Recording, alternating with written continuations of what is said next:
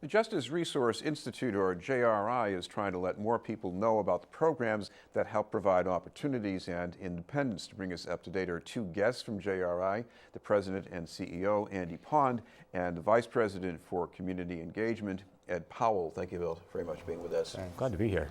I want to start with Ed in the community engagement part of this. You help people in need, so I guess they'll come to you, but I guess you have to do a bit more than that.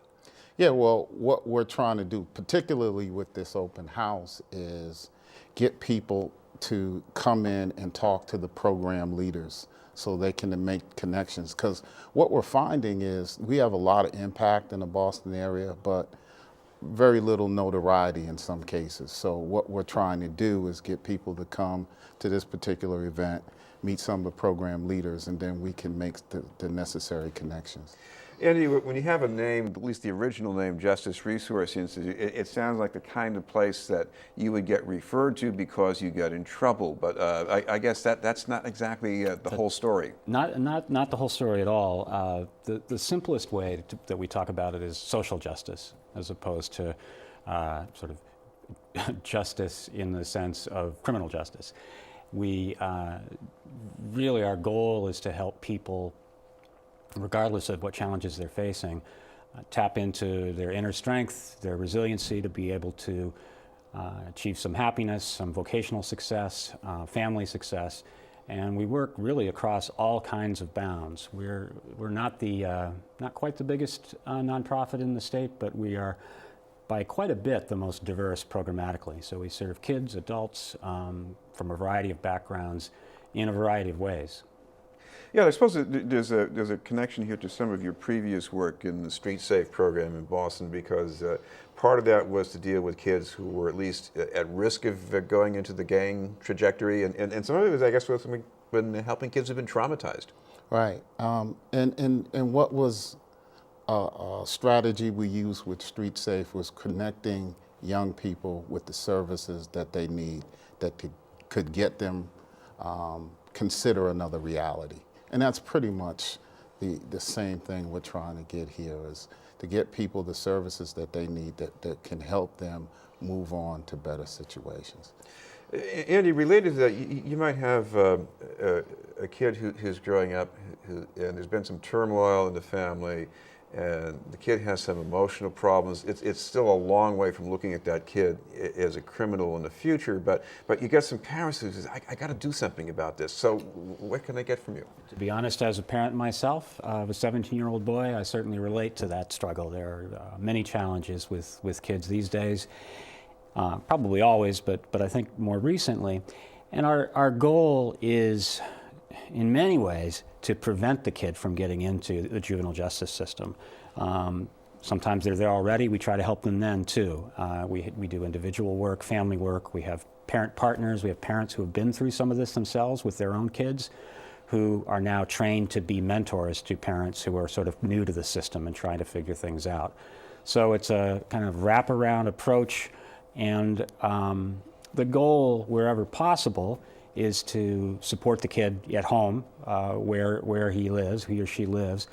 All the news about DCF is one of our primary partners in government. That's part of our mission at JRI, is to partner with government.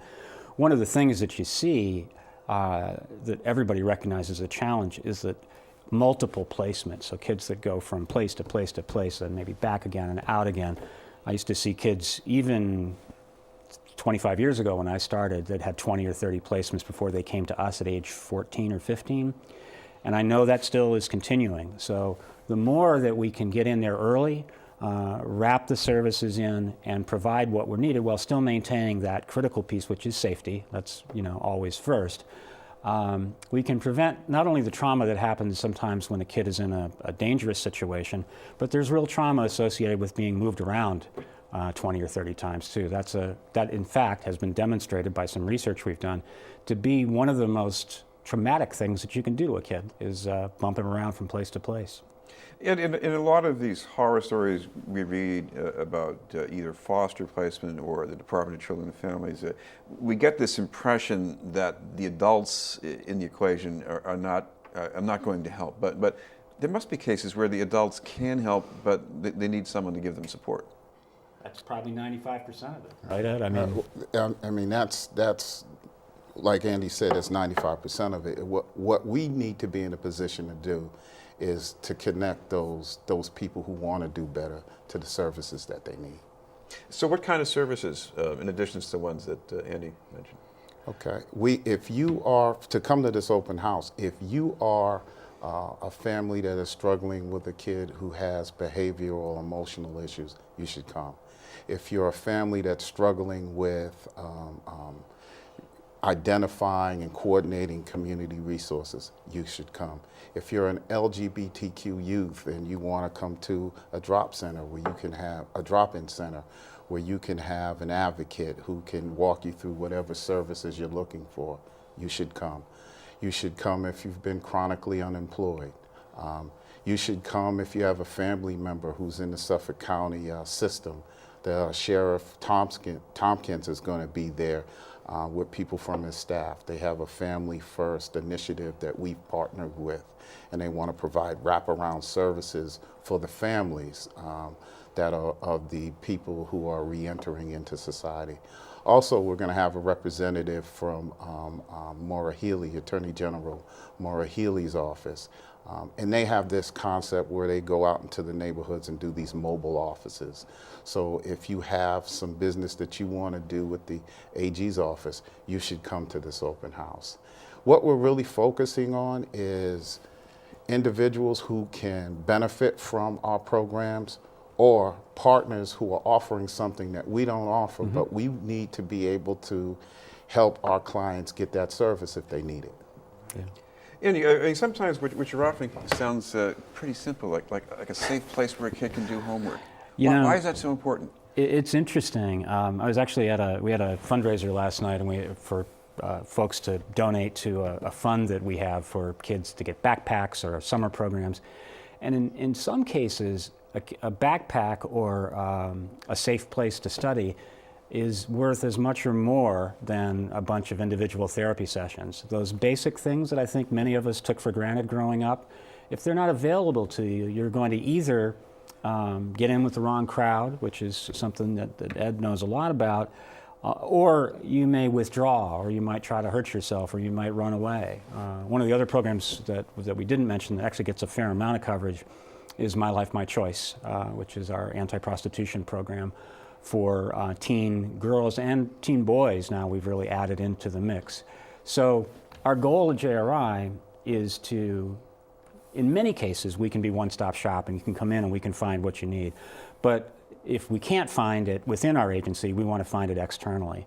And part of Ed's job, and he's been helping me tremendously here, is that, in the city of Boston, there's no shortage of good ideas. There are tons of programs, tons of initiatives, lots of small nonprofits that are doing amazing work, but they are not always as connected or integrated as they could be. So that's one of our roles, we think, in not only in service provision, but to try to pull people together a little better so that it's easier for families to navigate. And Ed, we should let people know about that open house in Dorchester. Okay, the open house is happening on October 15th. It's a Thursday evening from 6 to 8 p.m. at the Great Hall, which is located at 6 Norfolk Street. Right in the middle of Codman Square. Right in the middle of Codman Exactly Square. Right. It's a walkthrough event. We're not looking for people to stay a long time. We just want them to be able to look at, talk to people who are program leaders, get the information they need, and at a later date we can follow up with them. Right. And Andy, anything that people can check out online? Sure. We have our website, which is www.jri.org. We'll have information about the open house up on the landing page for that. We do have a phone number if anybody's has an interest in that. It's 857-399-1905, and it's extension 2502. James Wilson is the name of the fellow who's making sure that if you need something from us or you want any questions about it, he can answer them. Thank you both very much. Andy Pond and Ed Powell from JRI.